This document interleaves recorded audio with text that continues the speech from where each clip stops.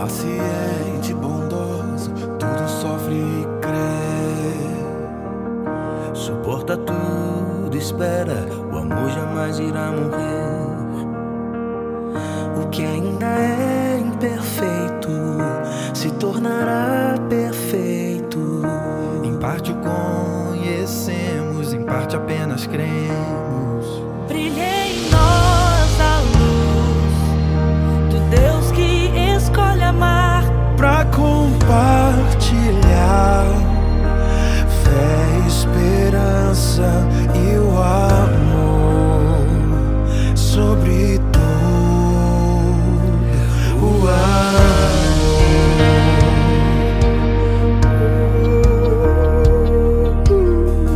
Só o amor é capaz de acolher com perfeição. alcança o ferido e cansado e oferece redenção. O que ainda é imperfeito se tornará perfeito. Em parte o conhecemos, em parte apenas cremos. Brilhe em nós a luz do Deus que escolhe amar pra compartilhar fé, esperança. Brilhe em nós a luz do Deus que escolhe amar pra compartilhar fé, esperança e o amor. Sobre tudo,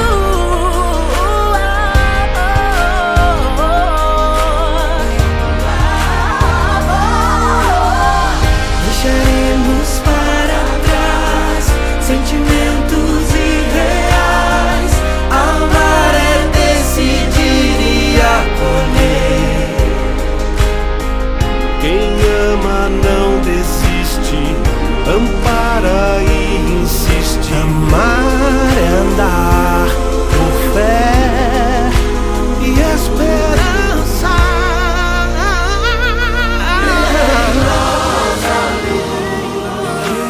Deus que escolhe amar pra compartilhar fé, esperança. Brilha em nós a luz. Deus que escolhe amar pra compartilhar fé, esperança e o amor. Sobre tudo, o amor. Sobre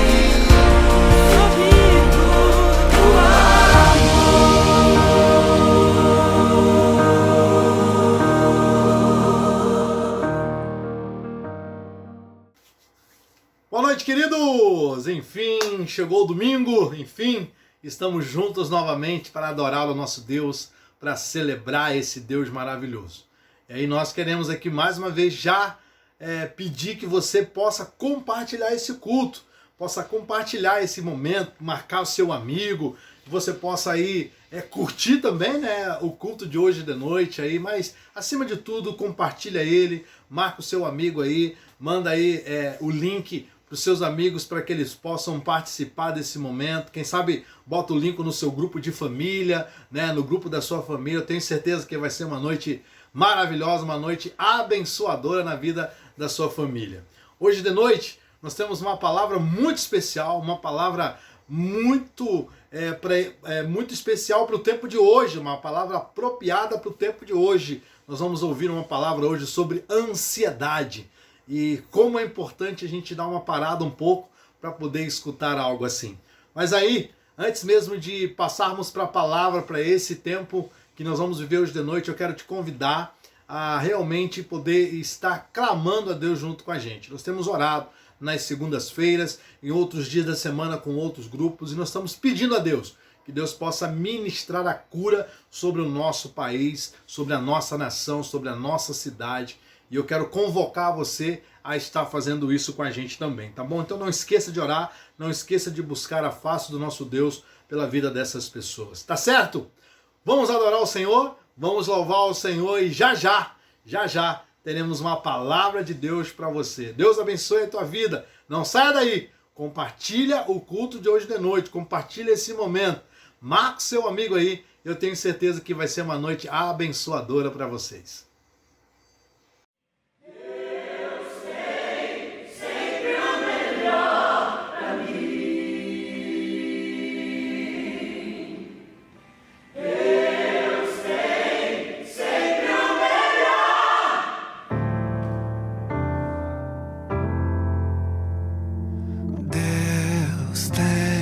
Sempre o melhor pra mim. Deus tem sempre o melhor pra mim. Deus tem sempre o melhor pra mim. Oh, oh. Deus tem sempre o melhor pra mim. A sua vontade perfeita e agradável é. E mesmo se eu não compreendo, me lembro quem Ele é. Tão bom, em todo tempo Deus é bom.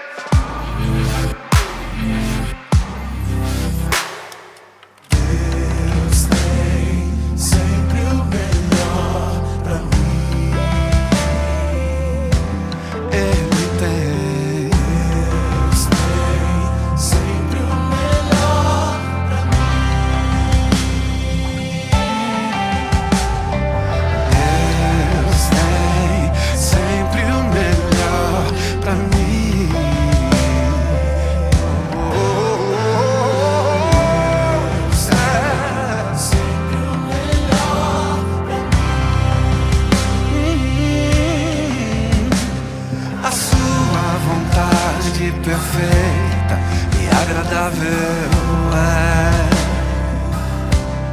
E mesmo se eu não compreendo, me lembro quem Ele é. Tão bom, em todo tempo Deus é bom.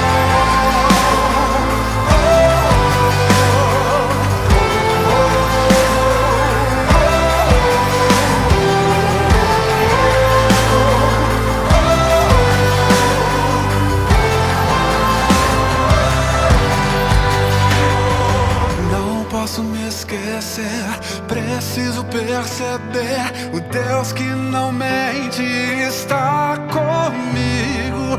Mesmo se eu chorar, minha alma cantará. O Deus que não falha é meu amigo. Posso me esquecer, preciso perceber. O Deus que não mente está comigo. Mesmo se eu chorar, Deus que não falha é meu amigo. Não posso me esquecer.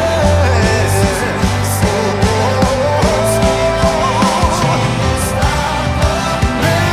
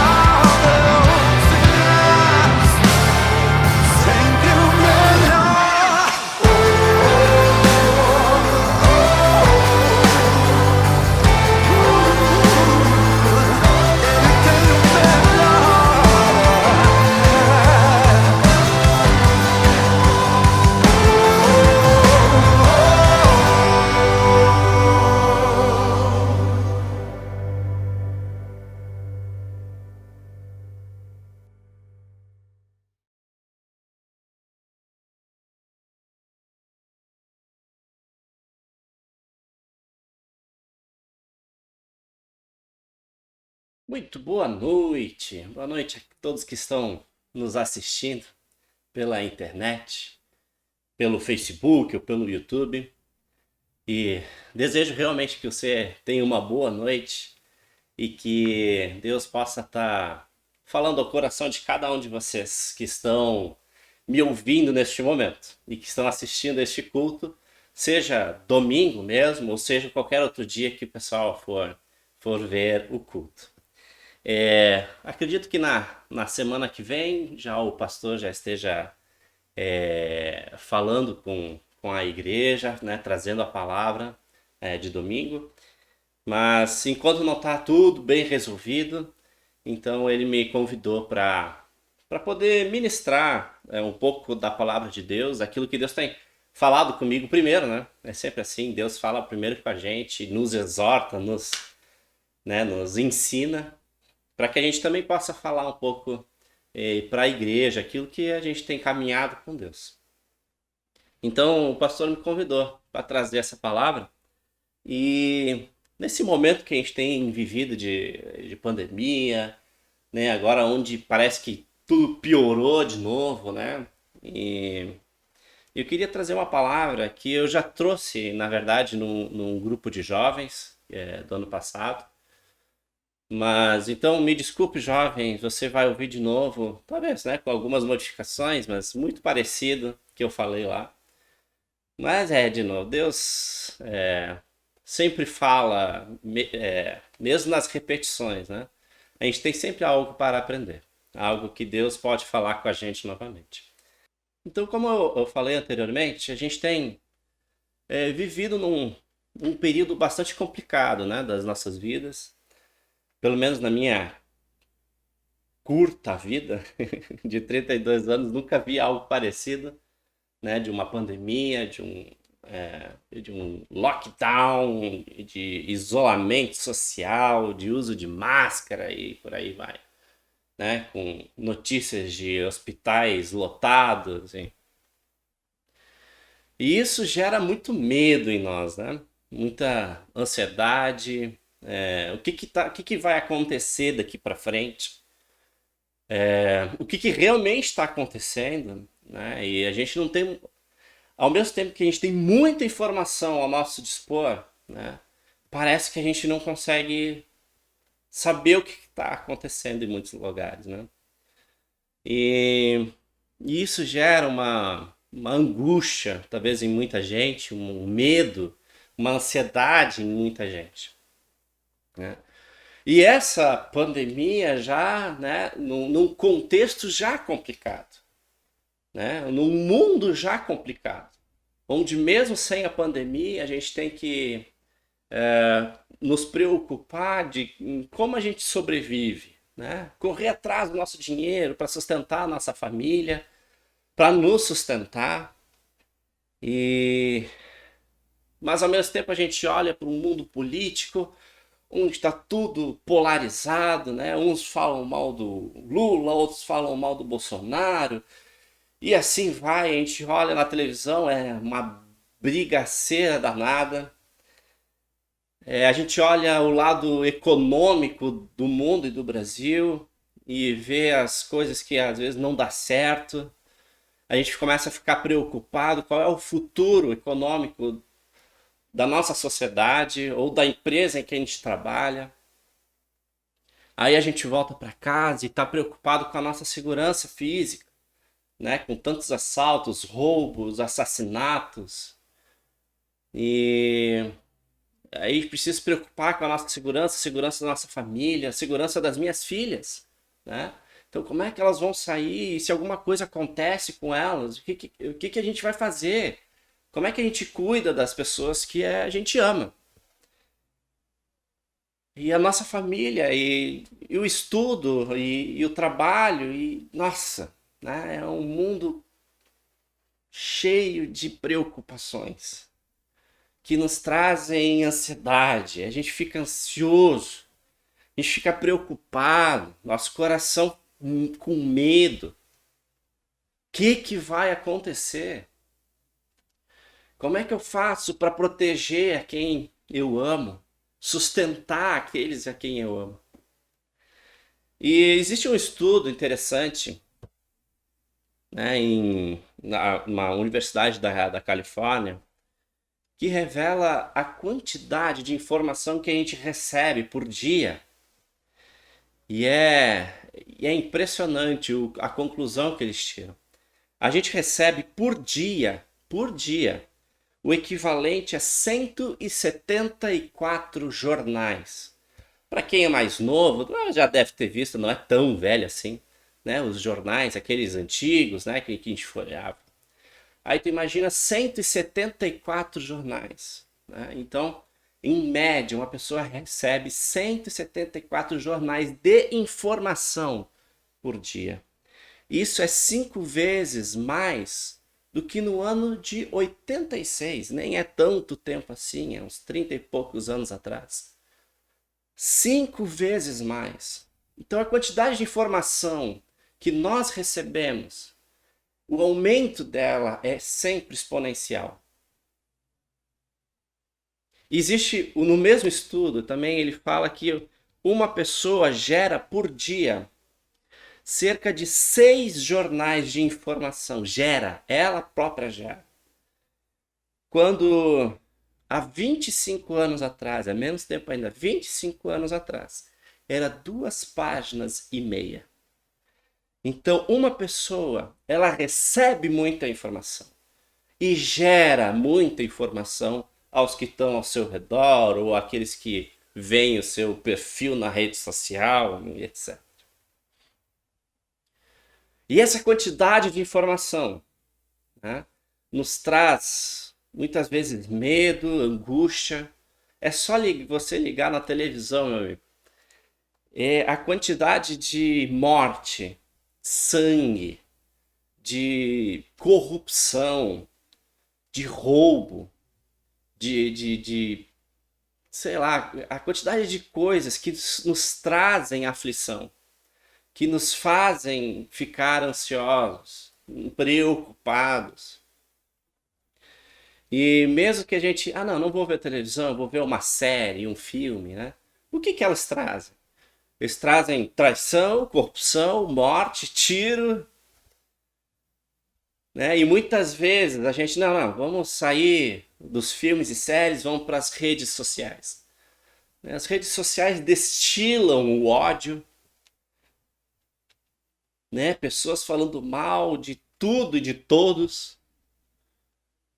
E dependendo ainda a pessoa, né, vai sair, eu vou conviver com a minha família.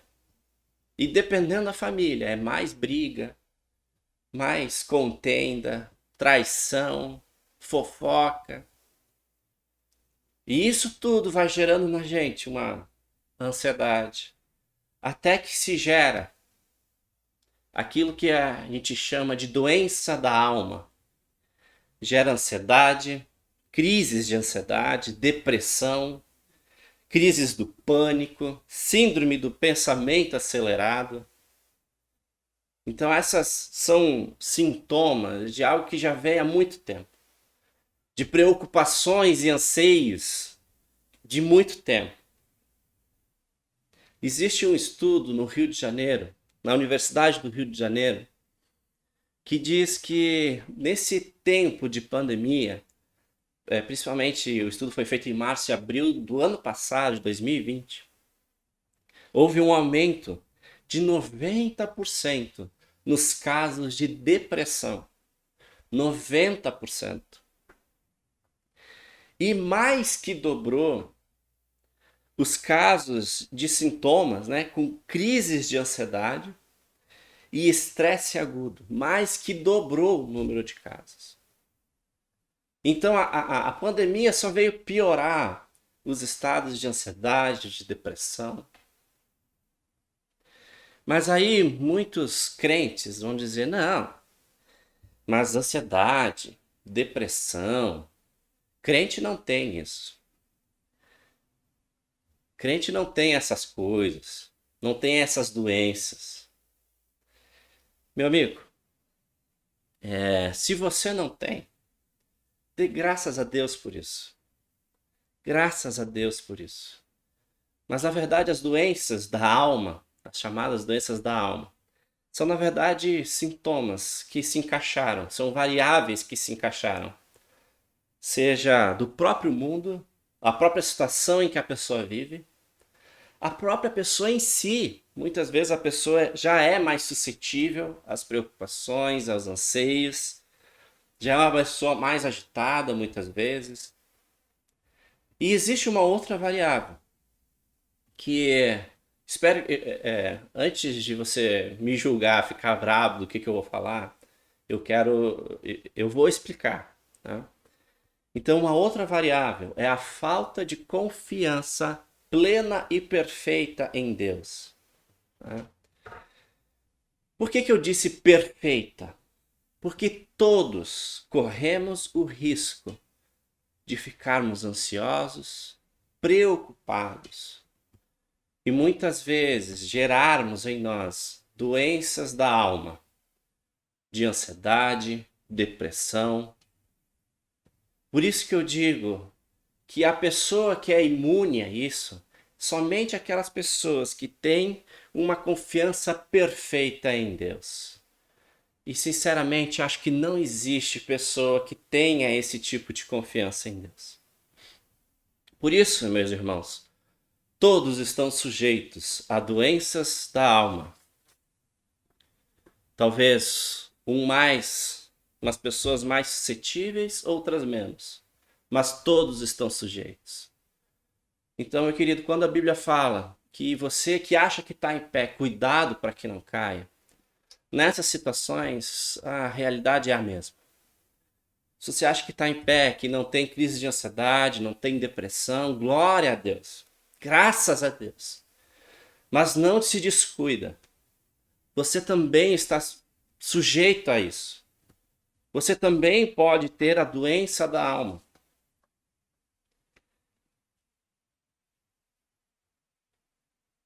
Jesus é muito enfático quanto às preocupações e anseios da vida. Em Mateus 6, a partir do versículo 25, Jesus mesmo fala um pouco sobre as preocupações da vida. Eu vou ler alguns trechos de Mateus 6, 25 a 34, que diz assim: portanto eu lhes digo, não se preocupem com as suas próprias vidas quanto ao que comer ou beber, nem com seus próprios corpos quanto ao que vestir. 2 versículos depois, no versículo 27, quem de vocês, por mais que se preocupe, pode acrescentar uma hora que seja a sua vida?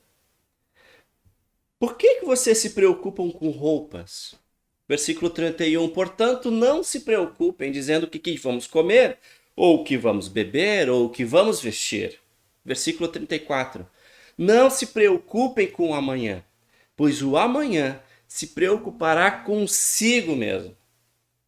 A gente percebe que Jesus, em Mateus, que Mateus relata a partir do capítulo 6, que Jesus dá ênfase a essa questão de preocupação e ansiedade. Porque Jesus sabia que iríamos enfrentar tempos difíceis, tempos de sofrimento, de lágrimas. E ele fala, vocês não se preocupem com o amanhã.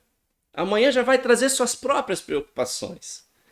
Não se preocupem com roupas, não se preocupem com o que vamos comer ou beber. E por que Jesus dá ênfase às preocupações da vida? Por que Jesus fala, olha, gente, não se preocupem, não anseia, não fiquem ansiosos?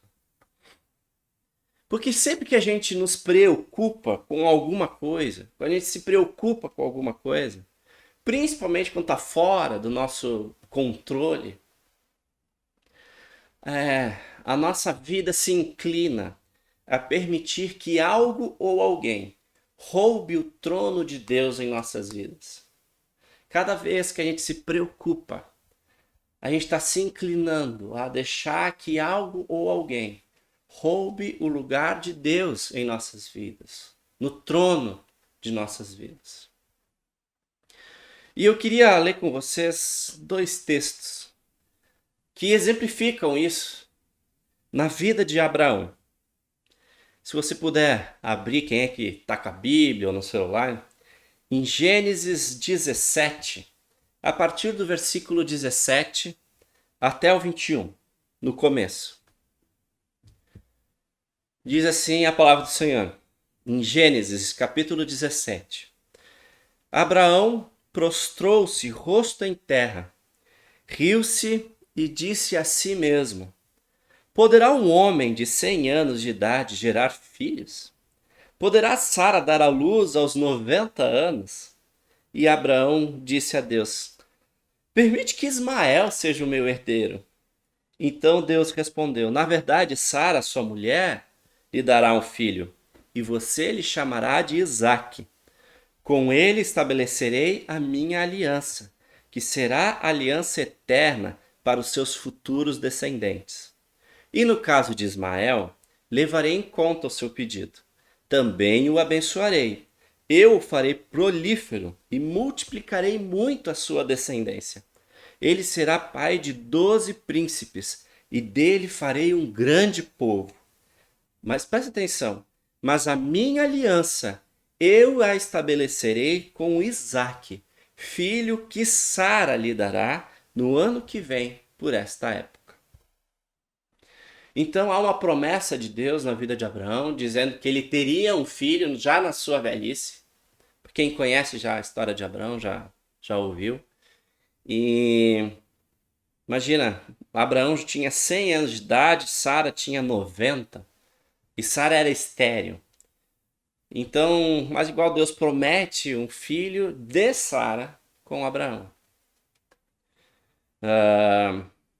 E é interessante que mesmo que Abraão tenha oferecido, deixa que Ismael, que não era filho de Sara, só de Abraão, deixa que Ismael seja o meu herdeiro. Mas Deus, não, vou cumprir minha promessa na tua vida. E a minha aliança será com Isaque e não com Ismael. Ismael será abençoado, mas a minha aliança será com Isaque. Quero que você pule para o capítulo 22 de Gênesis. E eu quero contar uma história que envolve, então, Abraão e Isaque, depois do nascimento de Isaque. Capítulo 22 de Gênesis, a partir do versículo 1 até o versículo 12. Diz assim: passado algum tempo, Deus pôs Abraão à prova, dizendo-lhe: Abraão. E ele respondeu: eis-me aqui. Então disse Deus: tome seu filho, seu único filho, Isaque. Eu queria fazer um negrito nessas frases, né? Tome seu filho, seu único filho, Isaque, a quem você ama, e vá para a região de Moriá, sacrifique-o ali, como holocausto num dos montes que lhe indicarei. Na manhã seguinte, Abraão levantou-se e preparou o seu jumento. Levou consigo 2 de seus servos e Isaque, o seu filho. Depois de cortar lenha para o holocausto, partiu em direção ao lugar que Deus lhe havia indicado. No 3º dia de viagem, Abraão olhou e viu o lugar de longe. Disse ele a seus servos: fiquem aqui com o jumento, enquanto eu e o rapaz vamos até lá. Depois de adorarmos, voltaremos. Abraão pegou a lenha para o holocausto e a colocou nos ombros de seu filho Isaque. E ele mesmo levou as brasas para o fogo e a faca. E caminhando os dois juntos, Isaque disse a seu pai Abraão: meu pai. Sim, meu filho, respondeu Abraão. Isaque perguntou: as brasas e as lenhas estão aqui. Mas onde é que está o cordeiro para o holocausto? Respondeu Abraão: Deus mesmo há de prover o cordeiro para o holocausto, meu filho. E os dois continuaram a caminhar juntos. Quando chegaram ao lugar que Deus lhe havia indicado, Abraão construiu um altar e sobre ele arrumou a lenha. Amarrou seu filho Isaque e o colocou sobre o altar em cima da lenha. Então estendeu a mão, pegou a faca para sacrificar o seu filho. Mas o anjo do Senhor o chamou do céu: Abraão, Abraão! Eis-me aqui, respondeu ele. Não toque no rapaz, disse o anjo, não lhe faça nada. Agora sei que você teme a Deus, porque não me negou o seu filho, o seu único filho. Sabe, muitas vezes eu lia esses textos e falava, que jogo é esse que Deus está fazendo com a vida de Abraão? Pedir para sacrificar o próprio filho.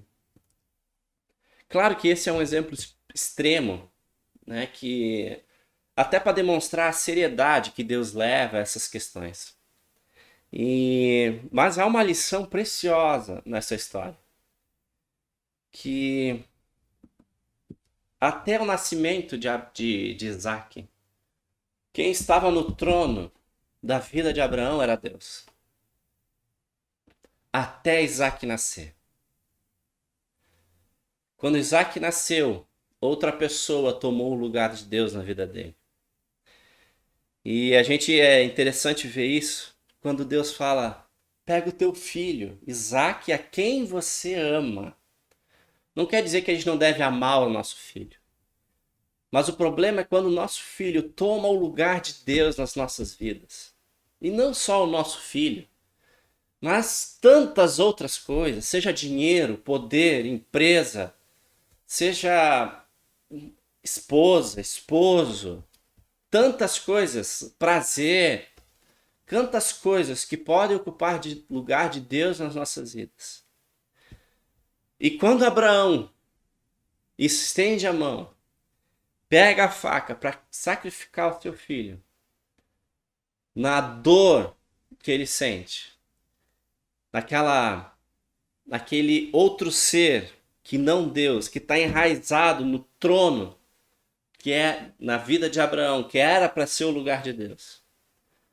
Abraão arranca essas raízes do trono de Deus. Arranca e bota Deus no seu devido lugar novamente. Coloca Deus no trono da sua própria vida. Tira Isaac. Interessante que Abraão estava disposto a matar o seu próprio filho. E é interessante que lá em Hebreus vai falar que Abraão tinha consciência de que Deus podia ressuscitar Isaac dentre os mortos. Olha a fé desse homem, né? E então Abraão consegue tirar Isaac do trono que pertencia a Deus e coloca de novo o Senhor no trono da sua própria vida. E então a nossa exortação, né? O que Deus me exorta dia após dia é: Mateus, o que está enraizado no teu coração? O que está enraizado no trono? O que está querendo subir no trono que me pertence? Essa é a pergunta que Deus me faz e faz para a tua vida também. Quem é? Quem ou o que está no trono que pertence a Deus? Quem é que manda na tua vida? Quem é que está aí que não é Deus? Quem? Ou o quê? E você está disposto a tirar isso para que Deus possa reinar soberano na sua vida? Será que eu estou disposto a tirar, a arrancar tudo aquilo que está no trono para que Deus possa assumir a soberania na minha vida? Se você está disposto, eu tenho um aviso para ti. Dói. Vai doer. Sabe, a gente tem exemplos na Bíblia. Para Abraão doeu. Tu acha que não? Abraão doeu. Estar disposto a sacrificar o seu próprio filho. Davi, com seus prazeres, né? Sua relação com Batseba, por causa desse pecado, quando ele coloca Batseba no trono da vida, que pertence a Deus, né? O processo de tirar Batseba e colocar Deus novamente, para Davi foi a perda do seu filho gerado nesse relacionamento. Jonas, o seu conforto estava no trono. O seu medo estava no trono. E ele teve que ficar 3 dias na barriga de um grande peixe para que pudesse tirar o seu medo do trono e colocar Deus novamente no trono. Jacó teve que ficar 14 anos para tirar Raquel e, né, a gente conhece a história. E por aí vai. Exemplos na Bíblia que servem para nos ensinar. Essa é a história de Abraão, serve para nos ensinar. Eu sempre digo que o Velho Testamento, a história dos patriarcas, a história do povo de Israel, né? É um espelho para as nossas vidas. A gente tem que aprender, são lições preciosas. Quem é que está no trono da sua vida que não é Deus? Ou se for, graças a Deus, né? Se é Deus que está no trono da sua vida, né? Se você olhar para baixo, o que está sendo enraizado, que quer ocupar esse trono? O que está crescendo raízes na sua vida, que quer ocupar esse trono? Deus te convida, olha, querido, filho, quero arrancar essas raízes. Vamos arrancar antes que elas cresçam. Deixa Deus estar no trono da sua vida. Deixa Deus no controle de tudo. Porque Ele tem o controle de tudo. Ele é o único digno de estar no trono da sua vida. Eu queria fazer uma régua aí e te mostrar umas fotos, né? Eu sou apaixonado por astronomia, né? Quando a Bíblia fala que a natureza revela a glória de Deus, né? Quando eu olho para os astros, né, espaciais, né, o universo, eu contemplo a glória de Deus, eu fico babando por essas coisas, eu gosto muito. E sempre que há um artigo, alguma coisa em relação a espaço, eu gosto muito. E se você deve ter ouvido já falar sobre o telescópio Hubble, ele deve ser um dos telescópios mais famosos já, né, já fabricados e com um nome famoso, né? E eu queria, vai aparecer aí para ti uma foto que se chama o Campo Profundo de Hubble. Na verdade, essa foto foi tirada por um cientista, se não me engano, que havia um vazio no universo, né, em que os cientistas até então pensavam que não havia galáxias, estrelas, pelo menos não muitas, naquela região. Então esse cientista apontou, né, as câmeras do telescópio Hubble para aquela direção e deixou lá uns 10 dias, para quem entende fotografia, né, deixou a lente aberta por 10 dias para receber luz naquela região que a princípio não tinha nada. E a imagem gerada por esses 10 dias foi essa imagem que você viu na sua tela. Para você ter uma noção do que significa essas imagens, essa imagem, existem 3.000 objetos aí, astros, né? 3.000 objetos dessa imagem que são galáxias. Menos de 10 coisas brilhantes na imagem são estrelas. A maioria dessas são galáxias. Para quem não sabe o que é uma galáxia, galáxias são conglomerados de estrelas, planetas, né, que brilham no universo. E, por exemplo, né, o nosso sistema solar, onde a Terra se encontra, está numa galáxia chamada Via Láctea, né? Então, imagina uma galáxia, são 3.000 só nessa imagem. Com o sucesso desse experimento, eles tiraram uma outra foto. Agora do outro lado, né, eles tiraram ao norte do universo e eles tiraram ao sul. E as fotos, essa foto aqui, que você está vendo aí na tela, não mostrou nenhuma diferença em relação à densidade de galáxias. Ou seja, há uma mesma quantidade de galáxias espalhadas pelo universo. Nessas duas fotos, né, foi constatado e foi criada uma teoria, vamos dizer assim, de que para todos os lados que você vê no céu, né, claro que as distâncias são enormes, né, há uma mesma aglomeração de galáxias por todo o universo. Foi tirada uma terceira foto, e que se chama o campo ultraprofundo do Hubble. Nessa foto que você está vendo agora, estima-se que haja mais de 10.000 galáxias nessa foto. Foi tirada uma quarta foto. E nessa foto, na verdade, não é luz que entrou na câmera, mas sim raios. Aí é uma questão mais científica lá.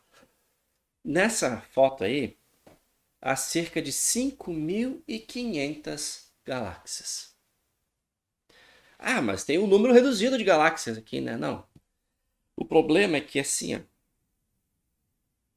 essa foto é tão pequena, é tão assim, se tu olhasse para o céu, a fatia que essa foto é do céu é tão pequena que você teria que dividir, para ter uma ideia do tamanho dessa foto, você tem que dividir todo o céu que você vê em 32 milhões de pedacinhos.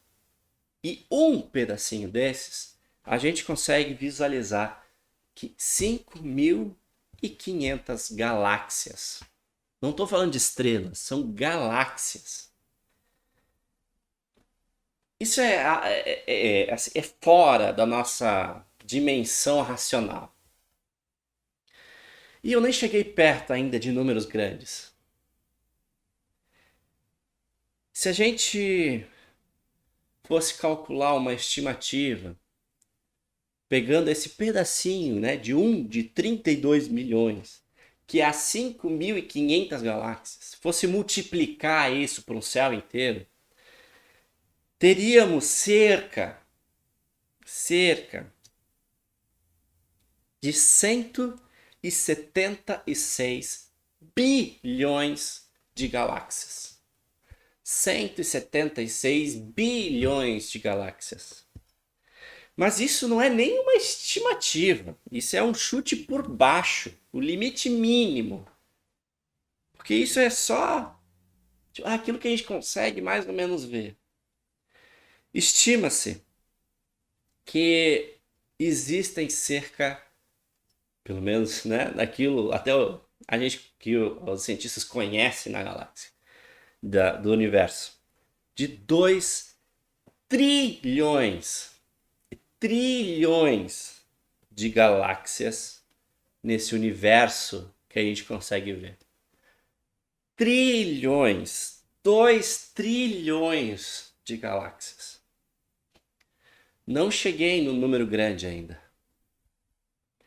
Estima-se que só a nossa galáxia, a Via Láctea, que eu comentei antes, tenha em torno de 200 a 400 bilhões de estrelas. Bilhões de estrelas, de 200 a 400 bilhões de estrelas. Eu convido você a fazer uma matemática. A nossa galáxia não é exatamente grande. Então vamos chutar por baixo que cada galáxia tenha pelo menos 100 bilhões de estrelas, né? Menor que a nossa. 100 bilhões de estrelas, chutando por baixo. Agora eu vou mostrar um número grande para você. É esse número aqui que vai aparecer aqui embaixo. Esse número, se eu não me engano, é 200 sextilhões de estrelas. A gente não sabe nem que número é esse. É esse 2 com um monte de zero embaixo. 200 sextilhões de estrelas.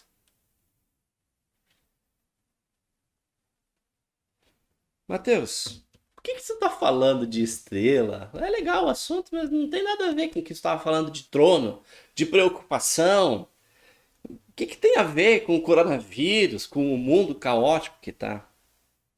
Eu vou pedir para você abrir um versículo da Bíblia, lá em Salmos 147.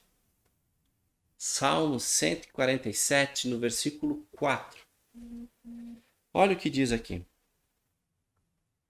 Ele, Deus, determina o número de estrelas e chama cada uma pelo nome.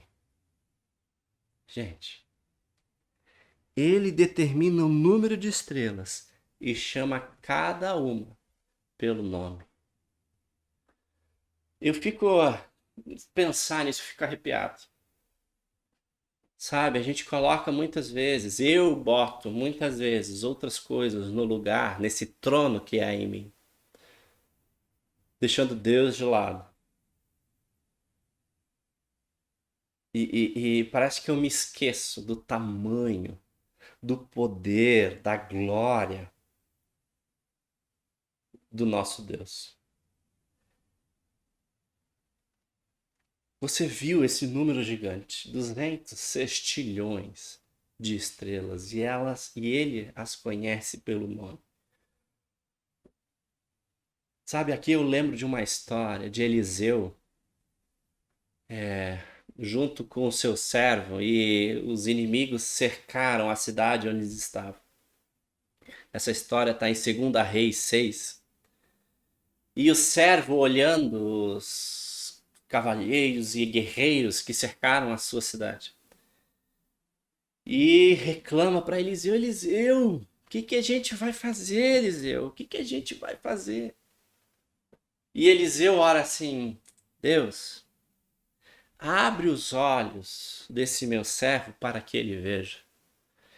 E o Senhor abriu os olhos do rapaz, que olhou e viu as colinas cheias de cavalos e carros de fogo ao redor de Eliseu. Colinas cheias. E sabe, a minha oração, querido, é que Deus abra os seus olhos nos momentos de aflição. Deus abra os seus olhos nos momentos de preocupação. Deus abra os seus olhos nos momentos de medo. Deus abre os seus olhos nos momentos de crise de ansiedade, nos momentos de depressão. Quando tudo parece perdido, que Deus abre os seus olhos, que o Deus que está na tua frente é aquele que conhece o nome de mais de 200 sextilhões de estrelas. E ele sabe o teu nome também. É o Deus poderoso para criar todo o universo. Esses trilhões de galáxias, sextilhões de estrelas. A gente nem está contando planetas, buracos negros, e aí vai. Deus é poderoso para te guiar, para te acalmar, para tirar o medo. Abre os teus olhos e veja os planos de Deus na tua vida. Deus não esqueceu de ti ainda. E não vai esquecer. Deus não esqueceu da sua igreja. Deus não esqueceu deste mundo. Os planos de Deus não estão completados. Sabe, a gente tem que parar de olhar para as nossas preocupações. Parar de colocar as coisas no trono de Deus e abrir os nossos olhos. Ver as carruagens de fogo que estão ao nosso redor. Ver que Deus tem o controle de tudo nas suas mãos. Deus sabe o teu nome. Deus te conhece, sabe pelo que você está passando. Mas Ele tem um plano. O controle ainda está em suas mãos. Ele é o criador da história. Ele não está à mercê da história. Ele está ainda escrevendo. Deus sabe o que está acontecendo neste mundo. Ele está cuidando de você. Confia em Deus. Confia nesse Senhor Criador. Ele é o digno de estar no nosso trono. Ele é o digno de sentar e ser soberano em nossas vidas. Ele é o único digno de ser soberano na sua vida. Ele sabe o que está fazendo. Confia em Deus. Confia que Ele sabe o que faz. Ele está à frente. Mateus vai falar ainda, no meio daqueles versículos lá que eu citei no começo, vai falar: busquem, pois, em primeiro lugar o reino de Deus e a sua justiça. E todas essas coisas serão acrescentadas. Busca Deus, porque é Deus o soberano. É Deus que é poderoso. Mateus ainda vai falar: venham a mim. Ou melhor, Jesus vai falar, né? Lá no livro de Mateus. Venham a mim todos os que estão cansados e sobrecarregados, e eu lhes darei descanso. Tomem sobre vocês o meu jugo e aprendam de mim, pois sou manso e humilde de coração, e vocês encontrarão descanso para as suas almas. O meu jugo é suave, o meu fardo é leve. Jesus é impressionante o amor de Deus. Mesmo com todo o seu poder, Ele ainda quer te ver perto dele. Que você dependa dele. Confia nesse Jesus amoroso, nesse Deus poderoso. 1 Pedro, lancem sobre ele toda a sua ansiedade, porque ele tem cuidado de vocês. Filipenses 4, não andem ansiosos por coisa alguma, mas em tudo, pela oração e súplica, com ação de graças, apresentem os seus pedidos a Deus. E a paz de Deus, que excede todo o entendimento, guardará o coração e a mente de vocês em Cristo Jesus.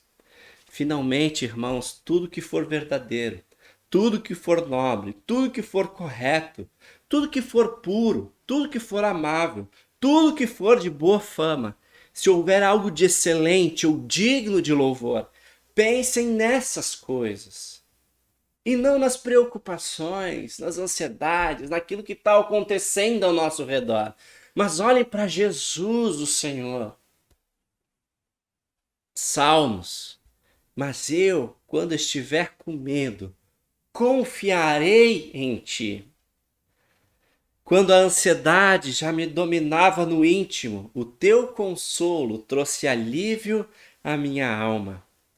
Salmo 121, levanto os meus olhos para os montes e pergunto: de onde vem o meu socorro? O meu socorro vem do Senhor, que fez os céus e a terra. Salmos 34, busquei o Senhor, e Ele me respondeu, livrou-me de todos os meus temores. Salmo 23, essa é conhecida. Mesmo quando eu andar por um vale de trevas e morte, não temerei perigo algum, pois Tu estás comigo. A Tua vara e o Teu cajado me protegem. Não temas, Isaías, não temas, pois eu estou com você. Não tenha medo, pois sou o seu Deus. Eu o fortalecerei e o ajudarei. Eu o segurarei com a minha mão direita vitoriosa. Queridos, a Bíblia é repleta de textos dizendo: não se preocupem, não andem ansiosos, não busquem as preocupações da vida, mas venham a mim, venham a Jesus, que eu cuidarei de vocês, eu vou dar descanso a vocês.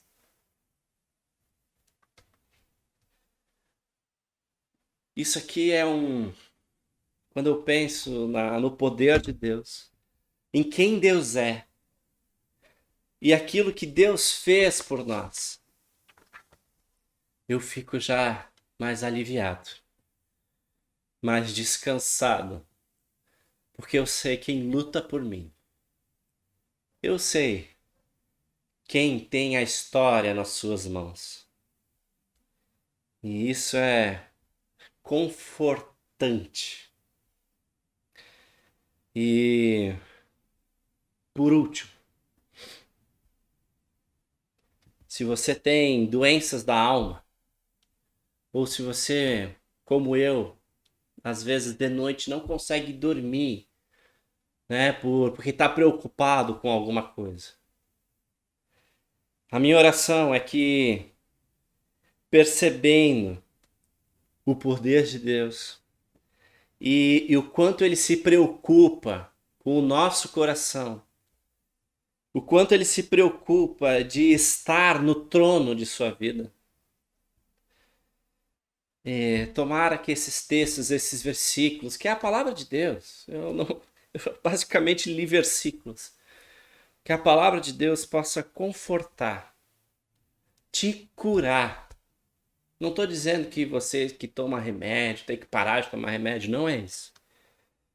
Mas que a palavra de Deus tem o poder de te curar, isso eu tenho certeza.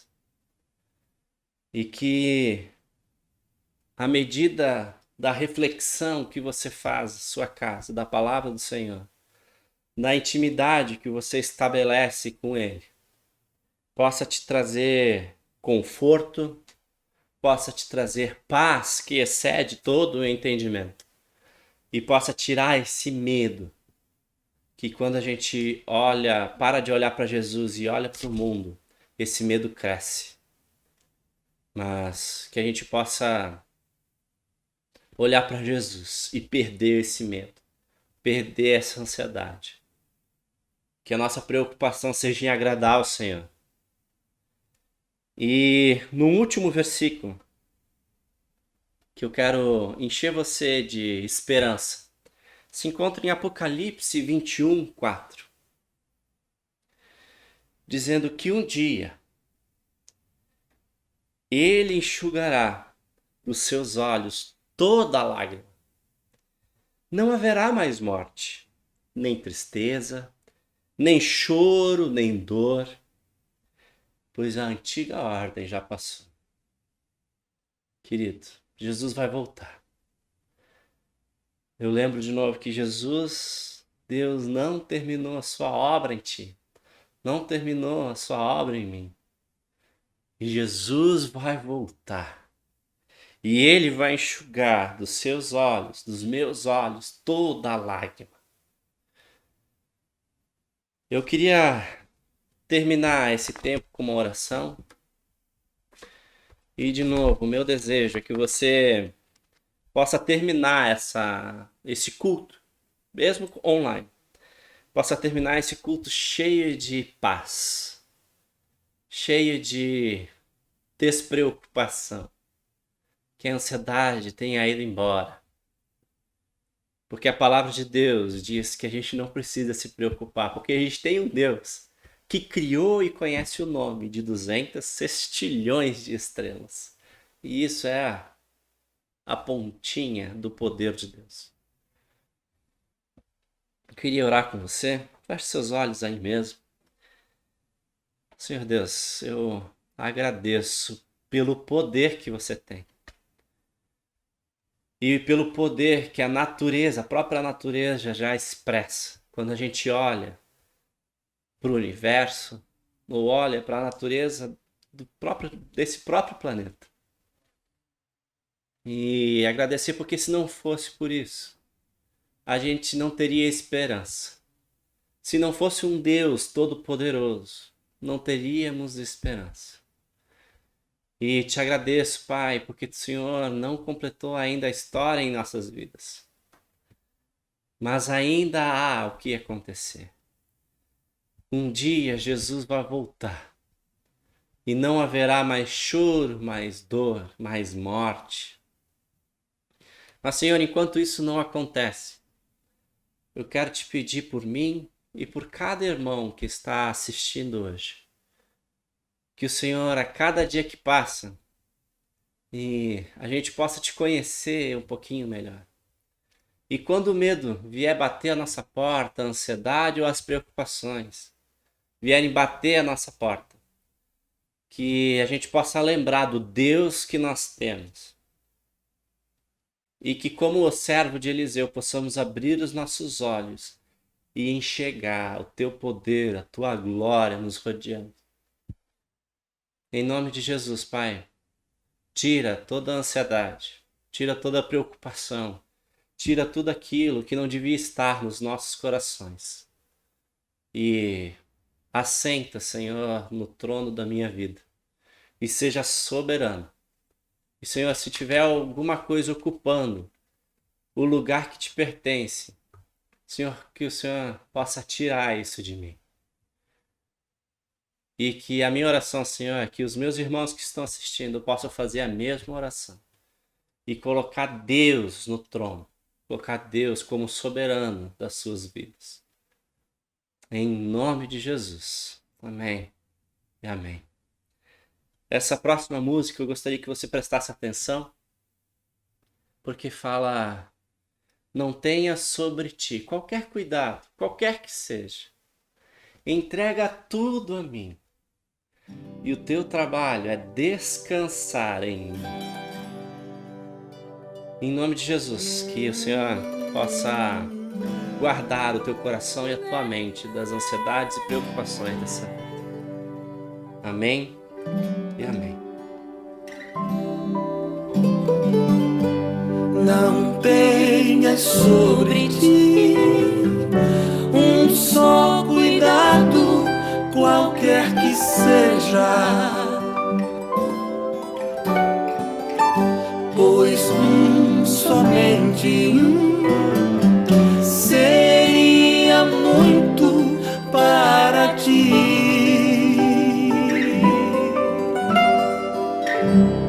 É meu, somente meu, todo trabalho, e o teu trabalho é descansar em mim. É meu, somente meu, todo trabalho, e o teu trabalho é descansar em mim. Não temas quando enfim tiveres que tomar decisões. Entrega tudo a mim. Entrega tudo a mim. Confia de todo o coração. É meu, somente meu, todo trabalho, e o teu trabalho é descansar em mim. É meu, somente meu, todo trabalho, e o teu trabalho é descansar